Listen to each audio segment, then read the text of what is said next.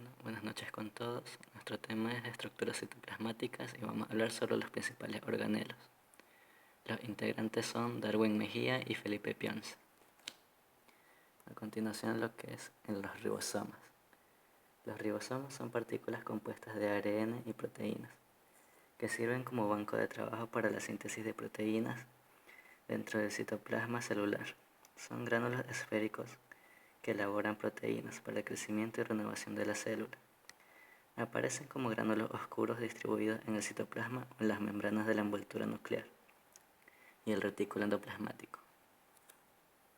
Como se puede observar en el gráfico, están compuestos por una subunidad grande y una subunidad pequeña, aparte de una rama de ramificación de ARN y cadenas proteínicas. El retículo endoplasmático es un complejo sistema de membranas celulares dispuestas en forma de sacos aplanados y túbulos que están interconectados entre sí, debido a que los ácidos grasos que la componen suelen ser más cortos y eficientes. Son más delgadas que las demás membranas. Se los puede clasificar en dos partes: el retículo endoplasmático rugoso, que tiene esa apariencia debido a los numerosos ribosomas adheridos a su membrana mediante unas proteínas llamadas riboforinas. Está muy desarrollado en las células con una labor activa de síntesis, como las células hepáticas o las del páncreas. El retículo endoplasmático liso no tiene ribosomas y participa en el metabolismo de los lípidos de las membranas plasmáticas. Aquí se puede observar en el gráfico lo que son los ribosomas. En la primera parte se observa el retículo endoplasmático rugoso y en la segunda el retículo endoplasmático liso. Los centriolos son orgánulos de estructura cilíndrica, constituidos por 9 tripletes de microtúbulos. Forman parte del citoesqueleto y provocan el movimiento de cilios y flagelos. En los organismos unicelulares participan en la división celular y en organismos pluricelulares. Al reproducirse la célula, el centriolo se duplica y se establece entre ellos unas radiaciones llamadas rayos Aster, que participan en la distribución de los cromosomas.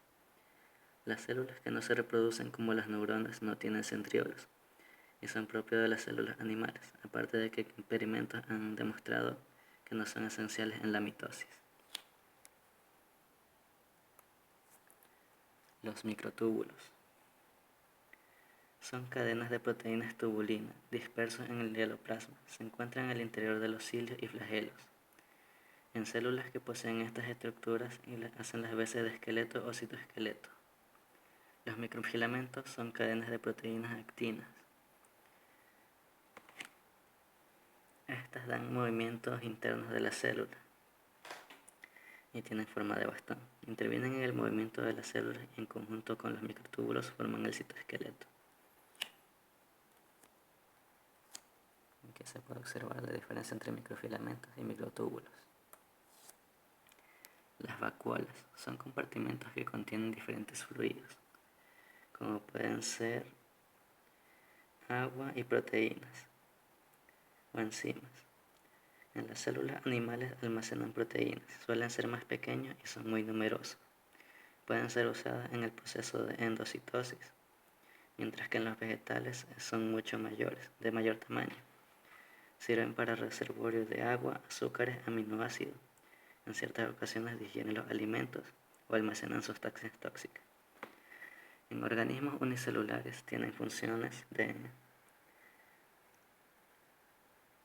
tres tipos de vacuolas que tienen las funciones alimentarias, ya que digieren los alimentos, la función excretora, que expulsan residuos o desechos al exterior, y las pulsátiles, que se llenan de líquidos y los expulsan a presión para facilitar la circulación en el interior de la célula.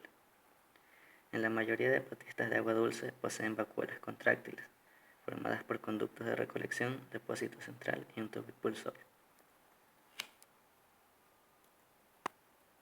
Aquí se puede observar lo que son las vacuolas contráctiles de las protistas de agua dulse y las vacuolas de las células vegetales. En la primera se observa una vacuola llena de agua, mientras que cuando haya perdido la mayor parte de su masa, la pared celular ya no puede mantenerse estable. Los cloroplastos Son orgánulos especializados rodeados de una doble membrana y sirven para realizar la fotosíntesis en plantas y protistas fotosintéticos. La membrana del cloroplasto encierra un fluido llamado estroma, y dentro de esta se encuentran las bolsas llamadas tricoides, y una pila de estas bolsas se las conoce como granos. Las membranas de las tricoides contienen moléculas de pigmentos verdes o clorofila, que da color verde a las plantas, y otras moléculas de pigmentos. Durante la fotosíntesis, la clorofila capta energía y la transfiere a otras moléculas de la membrana, que a su vez transfieren energía ATP a otras moléculas